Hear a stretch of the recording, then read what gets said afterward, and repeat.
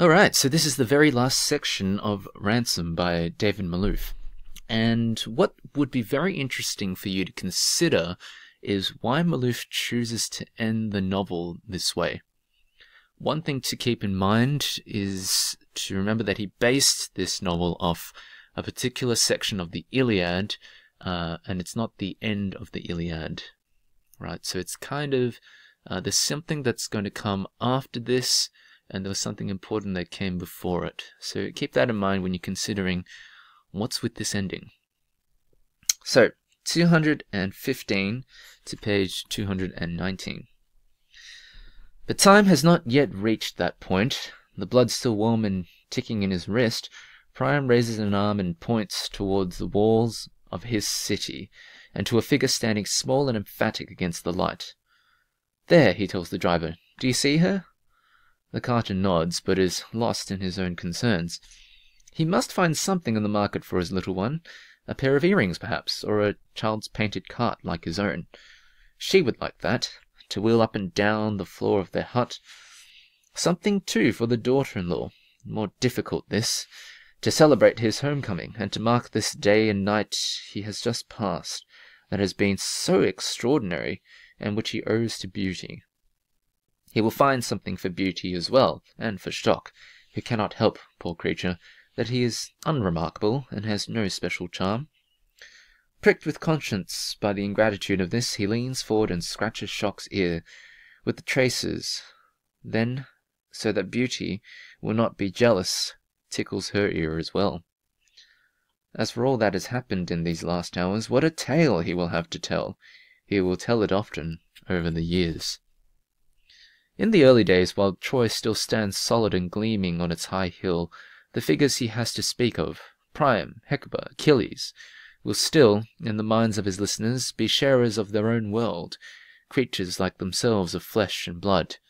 Later, when Troy has become just another long, wind-swept hilltop, its towers reduced to rubble, its citizens scattered or carried off, like Hecuba and Hector's wife, Andromache, and Cassandra and the other Trojan women, into exile and slavery, all he has to tell, which was once as real as the itch under his tunic and the licy cracks between his nails, will have become the stuff of a legend, half folk-tale, half an old man's empty bragging. Even the memory, then, of what once was, will have grown dim in the minds of a generation who, for the whole of their lives, have known nothing but chaos and lawlessness, roads impassable, and, where they are not, controlled by petty warlords who demand toll fees at every ford, or freebooters intent on robbery or worse. No village, however securely walled, safe now from the bands of long-haired brigands and marauders who, as soon as the snows have begun to melt, erupt out of mountain passes to rob farmers of the last of their grain, to fire barns, steal women and cattle, and kidnap children as new recruits to their footloose empire of flame and pillage. So many stories. He tells them to anyone who will share a drink with him. On summer evenings under the big, misshapen sycamore at the tavern door, nodding off at times in mid-sentence so that his listeners creep away smiling and shake their heads, or by the light of a single oil lamp, and with a young one on his lap, one of his many great-grandchildren, on long nights when the entire village is holed up against invaders behind the doors of a fortified barn. Those who sit, intent as children, and give themselves up to these old tales will have heard them 100 times before, and know every detail and unlikely turn. The meeting in the tamarisk grove with the impudent fellow who was, in fact, the god Hermes, in the guise of an Achaean warrior. A dandified youth with golden tresses and a scent, it was this that had given him away, like gillyflowers. How, in a quiet spot beyond the same tamarisk grove, he had managed, without too much trouble, to tempt the old king Priam, who had never heard of such a thing, to cool his feet in the running stream and taste one of the little griddle cakes his daughter-in-law was such a dab hand at.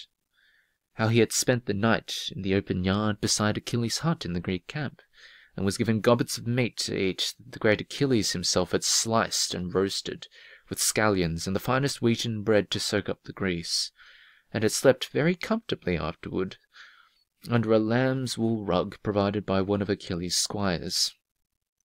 His listeners do not believe him, of course. He is a known liar.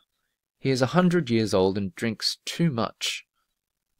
What he has to tell did happen, or so they say, but to someone else.